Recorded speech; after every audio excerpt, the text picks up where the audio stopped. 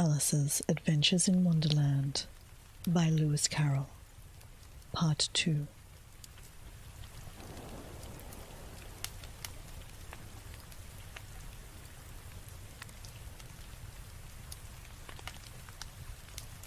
Chapter 4. The Rabbit Sends in a Little Bill. It was the White Rabbit, trotting slowly back again and looking anxiously about it as it went, as if it had lost something, and she heard it muttering to itself, the Duchess, oh my dear paws, oh my furs and whiskers, she'll get me executed as sure as ferrets are ferrets. Where can I have dropped them, I wonder?" Alice guessed in a moment that it was looking for the fan and the pair of white kid gloves, and she was very good-naturedly began hunting about for them, but they were nowhere to be seen. Everything seemed to have changed since her swim in the pool, and the great hall with the glass table and the little door had vanished completely. Very soon the rabbit noticed Alice as she went hunting about, and called out to her in an angry tone, "Why, Mary Ann, what are you doing out here? Run home this moment and fetch me a pair of gloves and a fan, quick now!" And Alice was so much frightened that she ran off at once in the direction it pointed to, without trying to explain the mistake that it had made. "Took me for his housemaid," she said to herself as she ran. "Surprised he'll be when he finds out who I am. But I better take him his fan and gloves. That is, if I can find them." As she said this, she came upon a neat little house, on the door of which was a bright brass plate with the name W. Rabbit engraved upon it. She went in without knocking, and hurried upstairs, in great fear lest she should meet the real Mary Ann, and be turned out of the house before she had found the fan and gloves. "How queer it seems," said Alice to herself, "to be going messages for a rabbit. I suppose Dinah will be sending me on messages next." And she began fancying the sort of thing that would happen. "Miss Alice, come here directly and get ready for your walk."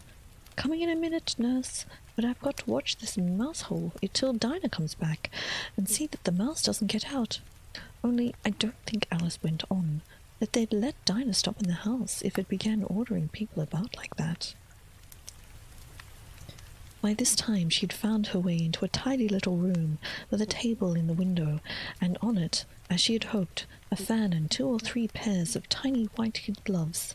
She took up the fan and a pair of the gloves, and was just going to leave the room, when her eye fell upon a little bottle that stood near the looking-glass.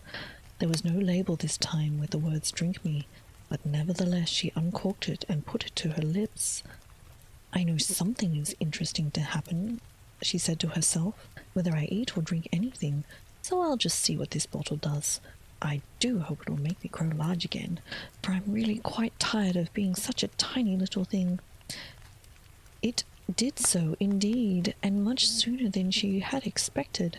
Before she had drunk half the bottle, she found her head pressing against the ceiling, and had to stoop to save her neck from being broken. She hastily put down the bottle, saying to herself, "That's quite enough. I hope I shan't grow any more. As it is, I can't get out the door. I do wish I hadn't drunk quite so much." Alas, it was too late to wish that.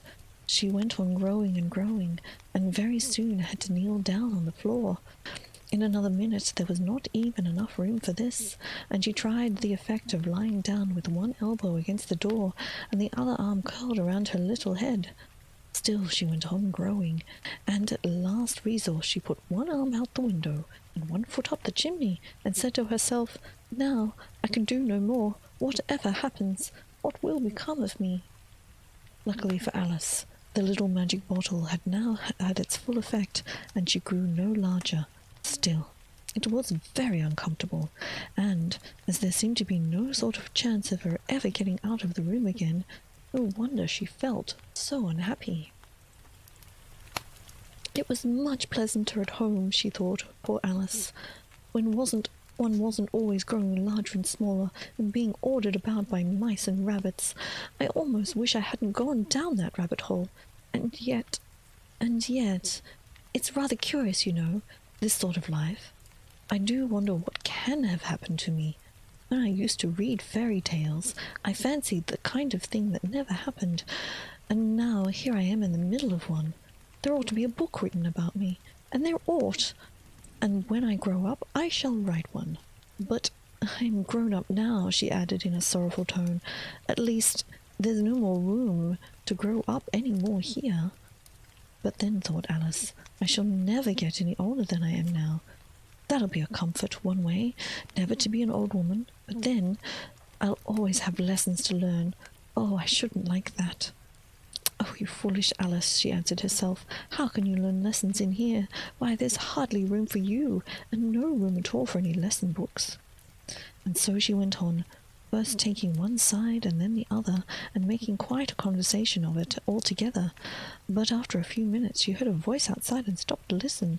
Marianne, Marianne, said the voice, fetch me my gloves this moment. And then came a little pattering of feet on the stairs. Alice knew it was the rabbit coming to look for her, and she trembled till she shook the house, quite forgetting that she was now about 1,000 times as large as the rabbit, and had no reason to be afraid of it. Presently the rabbit came up to the door and tried to open it, but as the door opened inwards, and Alice's elbow was pressed hard against it, that attempt proved a failure. Alice heard it say to itself, Then I'll go round and get in at the window. That you won't, thought Alice, and after waiting till she fancied she heard the rabbit just under the window, she suddenly spread out her hand and made a snatch in the air.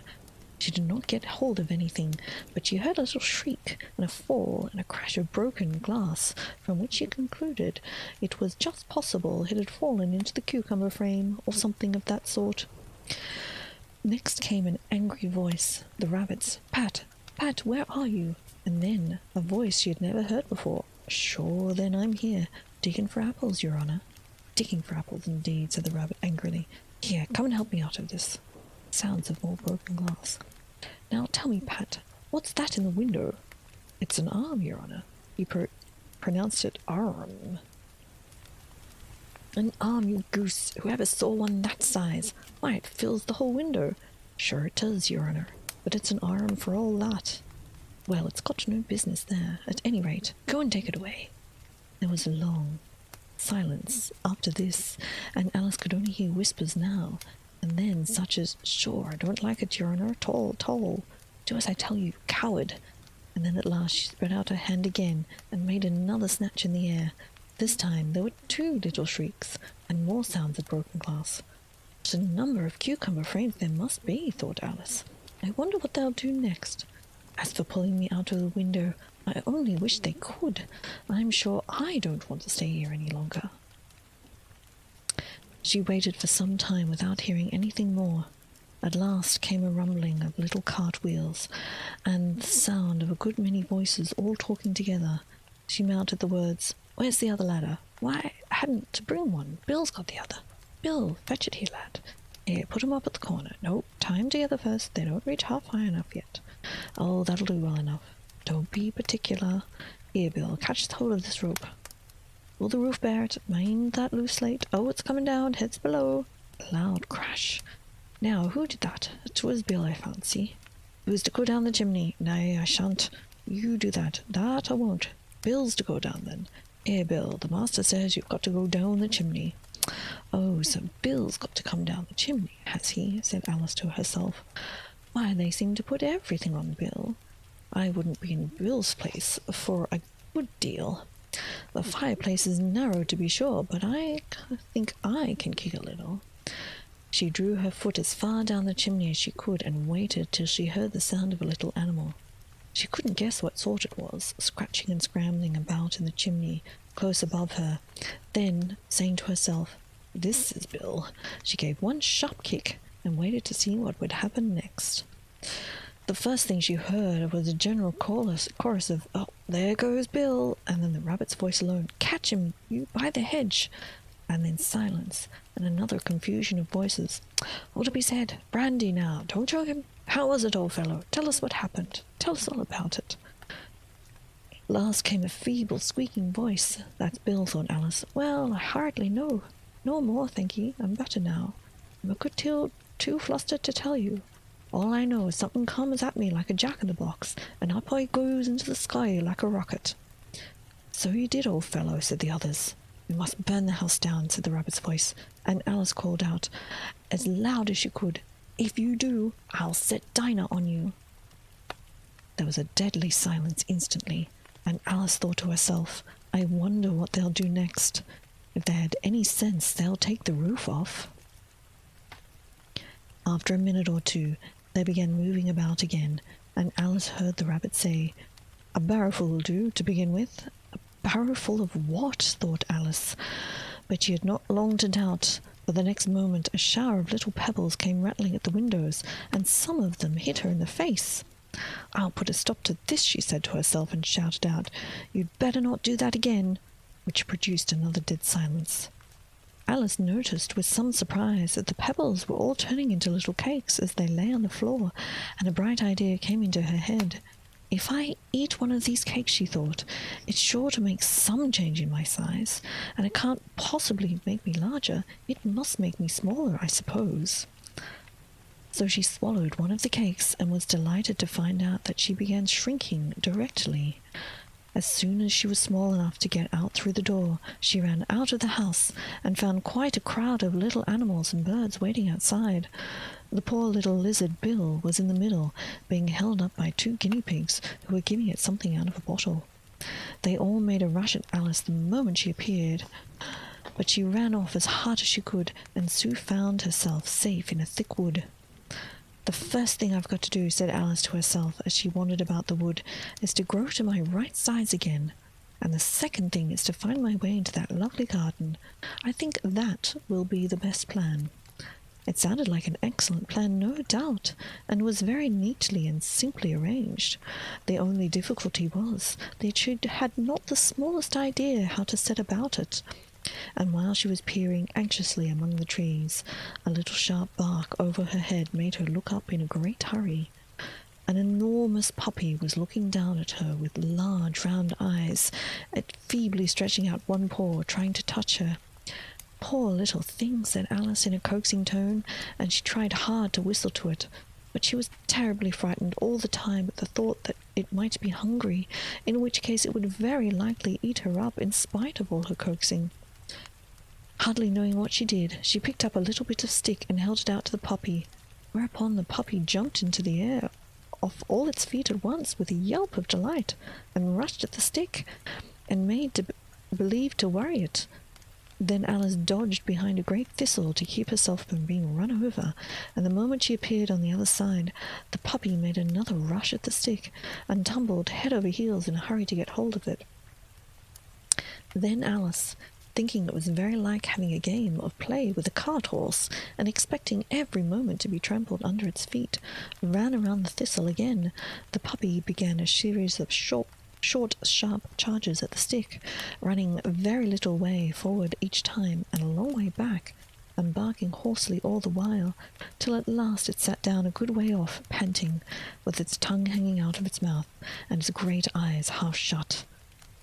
This seemed to Alice a good opportunity for making her escape, so she set off at once and ran till she was quite tired and out of breath, until the puppy's bark sounded quite faint in the distance. And yet, what a dear little puppy it was, said Alice. And she leaned against a buttercup to rest herself, and fanned herself with one of its leaves. "I should have liked to teach it tricks very much, if only I'd been the right size to do it. Oh dear, I'd nearly forgotten that I've got to grow up again. Let me see, how is it to be managed? I suppose I ought to eat or drink something or other, but the great question is, what?" The question certainly was what. Alice looked around her at the flowers and the blades of grass, but she could not see anything that looked right thing to eat under the circumstances. There was a large mushroom growing near her, about the same height as herself, and when she had looked under it and on both sides of it and behind it, it did occur to her that she might as well look and see what was on the top of it. She stretched herself up on tiptoe and peeped over the edge of the mushroom, and her eyes immediately met those of a large blue caterpillar that was sitting on the top, with its arms folded, quietly smoking a long hookah, and taking not the smallest notice of her or anything else. Chapter 5. Advice from a Caterpillar. The caterpillar and Alice looked at each other for some time in silence. At last the caterpillar took a hookah out of its mouth and addressed her in a languid, sleepy voice. "Who are you?" said the caterpillar. This was not an encouraging opening for a conversation. Alice replied rather shyly, I hardly know, sir, just at present. At least, I know who I was when I got up this morning, but I think I must have been changed several times since then." "What do you mean by that?" said the caterpillar. "Explain yourself."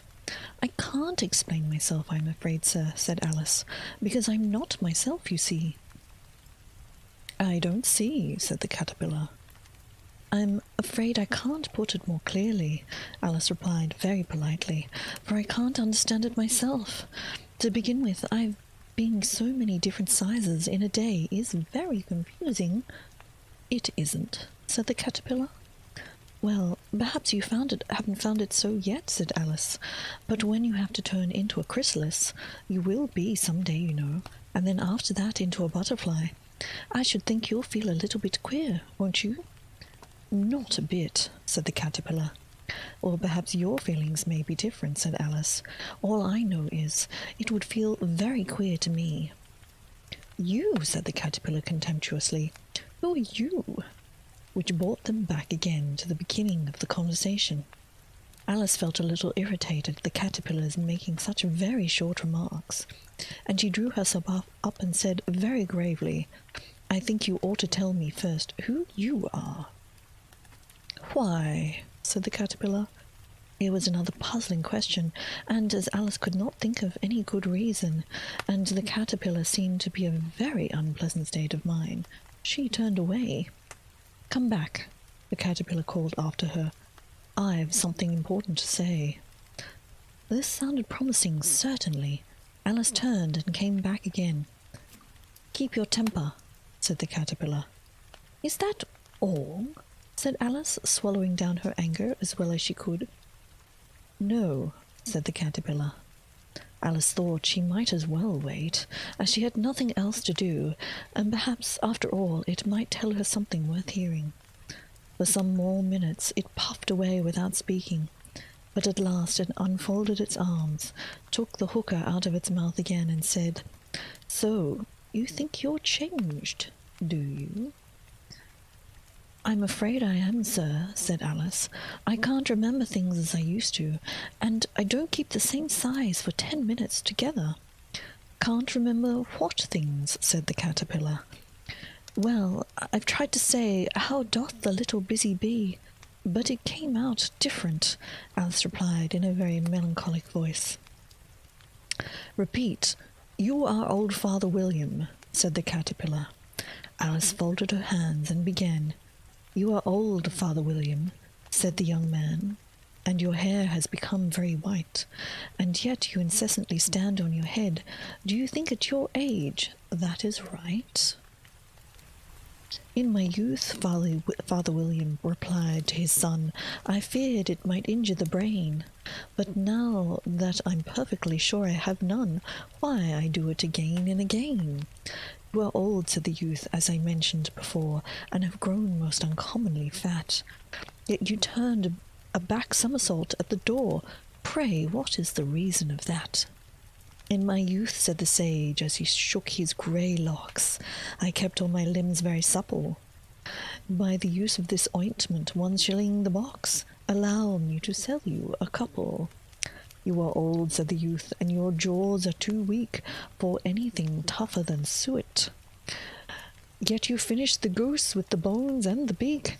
Pray, how did you manage to do it?"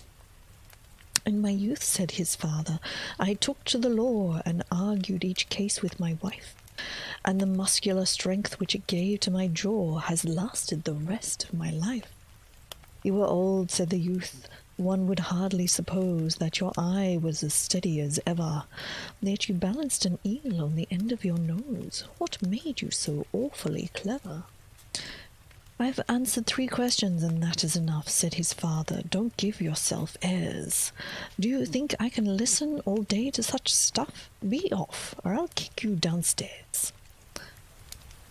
"That is not said right," said the caterpillar. Not quite right, I'm afraid, said Alice timidly. Some of the words got altered. It is wrong from beginning to end, said the caterpillar decidedly, and there was silence for some minutes. The caterpillar was first to speak. What size do you want to be? It asked. Oh, I'm not particular as to size, Alice hastily replied. Only one doesn't like changing so often, you know. I don't know, said the caterpillar. Alice said nothing. She had never been so much contradicted in all her life before, and she felt she was losing her temper. Are you content now? Said the caterpillar. Well, I should like to be a little larger, sir, if you wouldn't mind, said Alice. 3 inches is such a wretched height to be. It is a very good height indeed, said the caterpillar angrily, rearing itself upright as it spoke. It was exactly 3 inches high. But I'm not used to it, pleaded poor Alice in a piteous tone, and she thought to herself, I wish the creatures wouldn't be so easily offended. You'll get used to it in time, said the caterpillar, and it put the hookah to its mouth and began smoking again. This time Alice waited patiently until it chose to speak.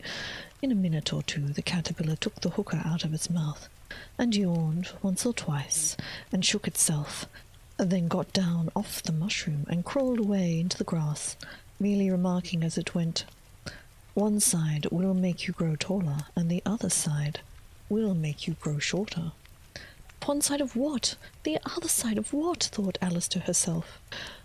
Of the mushroom, said the caterpillar, just as if she had asked it out loud, and in another moment it was out of sight.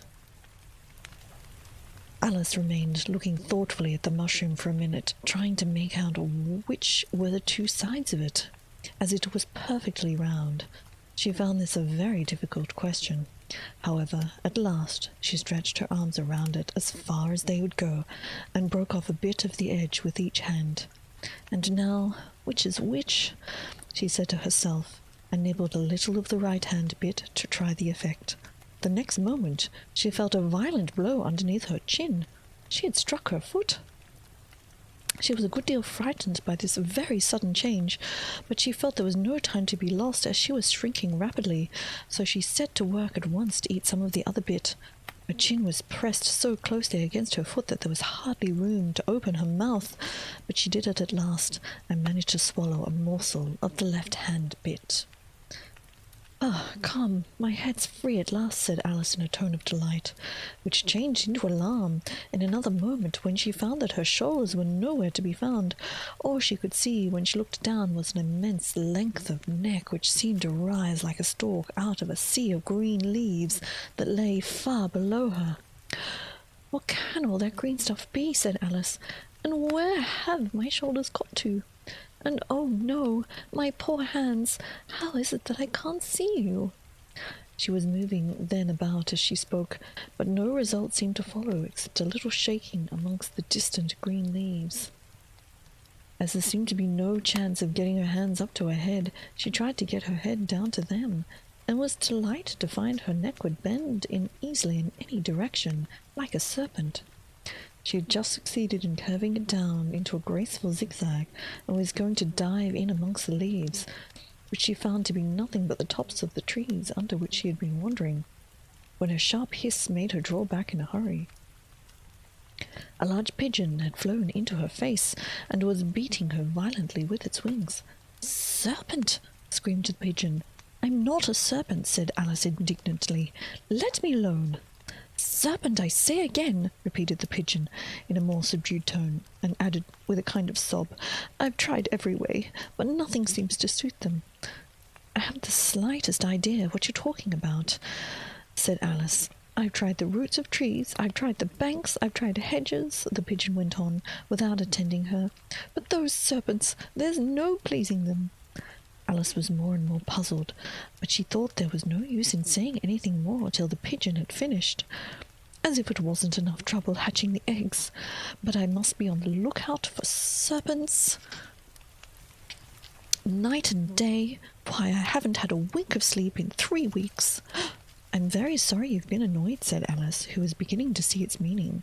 And just then, as I'd taken to the highest tree in the wood, continued the pigeon, raising its voice into a shriek, and just as I was thinking I should be free of them at last, there must needs come wriggling down from the sky a serpent. But I'm not a serpent, I tell you. I'm a... Well, what are you? Said the pigeon. I can see you're trying to invent something. I'm a little girl, said Alice, rather doubtfully, as she remembered the number of changes she'd gone through that day. A likely story indeed, said the pigeon, in a tone of deepest contempt. I've seen a good many little girls in my time, but never one with such a neck as that.